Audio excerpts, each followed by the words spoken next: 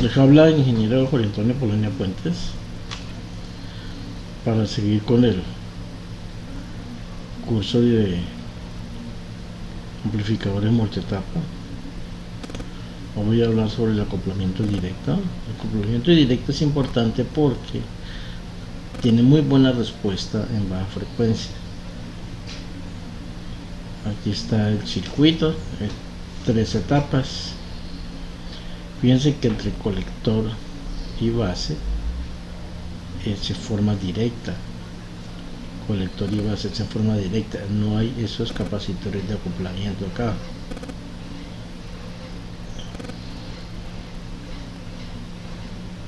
Inicialmente se va a calcular la resistencia de entrada. Esta es la ecuación o el modelo matemático. Aquí están los valores de los parámetros R del transistor que nos da un manual o el fabricante.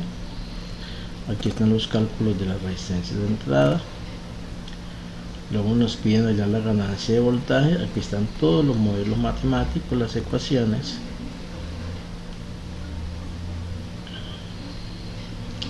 Aquí se pide hallar el valor del capacitor de entrada para que a 60 Hz de frecuencia esté la caída a menos 3 decibelios.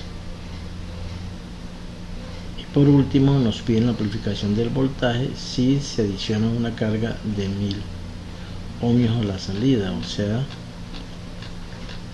sea que estamos adicionando esta carga de 1K, o sea 1000 ohmios. Pero es mejor verlo en MATLAB porque no están los cálculos. Aquí vamos a hacer los cálculos. Entonces encontramos los parámetros R, el transistor en ohmios, la resistencia de base, la resistencia de colector y la resistencia del emisor. Estamos suponiendo que todos los 3 transistores son iguales, o sea, tienen las mismas características, o sea, los mismos valores. Entonces vamos a calcular la resistencia de entrada. Siempre se comienza de atrás hacia adelante.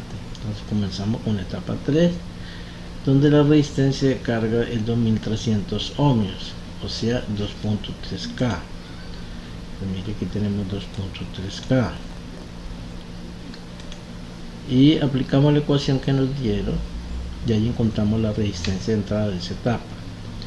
Nos vamos por la etapa 2, donde la resistencia de carga es 7200 ohmios, o sea 7.2K en etapa 2. Aquí está 7.2K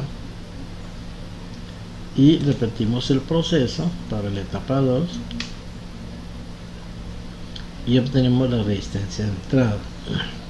Y luego en la etapa 1 la resistencia de carga es 17400, o sea 17.4K, que está aquí, o sea resistencia de carga o resistencia de colector. Y con eso hallamos la resistencia de etapa 1, la resistencia de entrada. Pero ya la resistencia de entrada total,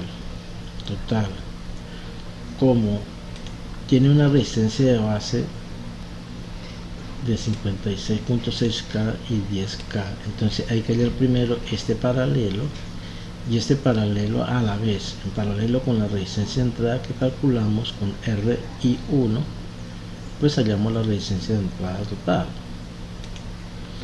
Entonces inicialmente pues RB1 es 56.6K y RB2 10K. Eso, 56.600, 56.6 y 10K. Entonces calculamos RB, que es un circuito paralelo. Recuerden que la resistencia paralela se multiplica en la resistencia y se divide por la suma. Le llamamos la resistencia de entrada. Esa resistencia de entrada me da 3.2 kilo ohmios. Ahora vamos para el punto B para calcular la ganancia de voltaje. Vamos a calcular inicialmente la ganancia de corriente de la primera etapa, que es igual a la corriente de colector 1 sobre la corriente de base. Entonces es ganancia de corriente, o sea, corriente de colector sobre corriente de base. La ecuación es esta que aparece ahí. Y luego hay que recalcular una nueva ganancia debido a la resistencia de carga y la resistencia de entrada de la etapa 2. O sea, aquí calculamos la ganancia de I1 de la corriente de colector sobre la corriente de base, ¿cierto? Pero en este punto tenemos esta resistencia y además se mira aquí la resistencia de entrada de la etapa 2. Eso es lo que aparece acá. Luego la ganancia de corriente de la etapa 2 con la fórmula que es IC2 sobre IB2, siempre es corriente de colector sobre la corriente de base. Luego la etapa intermedia y hacemos lo mismo para la etapa 3, y ya la ganancia de corriente pues va a ser la multiplicación de todas las ganancias de la primera etapa, de la segunda y de la tercera. Nos da una ganancia de corriente alta, 4.64 millones, por 10 a la 6. Y la ganancia de voltaje del amplificador o de cualquier amplificador siempre ganancia de corriente por la resistencia de carga sobre la resistencia de entrada. En el punto se nos dicen que hallar el valor C1 para que la ganancia caiga 3 decibelios en una frecuencia de 60 Hz de frecuencia 60, y recuerden que C1 es 1 sobre 2πf, en este caso por la resistencia de entrada total. Eso nos da que el capacitor que se requiere es de 0.83 microfaradios. La parte D nos dice que hallar la amplificación del voltaje adicionando a esa carga de 1000 ohmios. Esa carga es de 1000 ohmios. Entonces hay un paralelo entre esa RL3 y esa carga R. Aquí hay un paralelo entre esta carga RL3 y esta R de un K. Hay que hallar primero ese paralelo.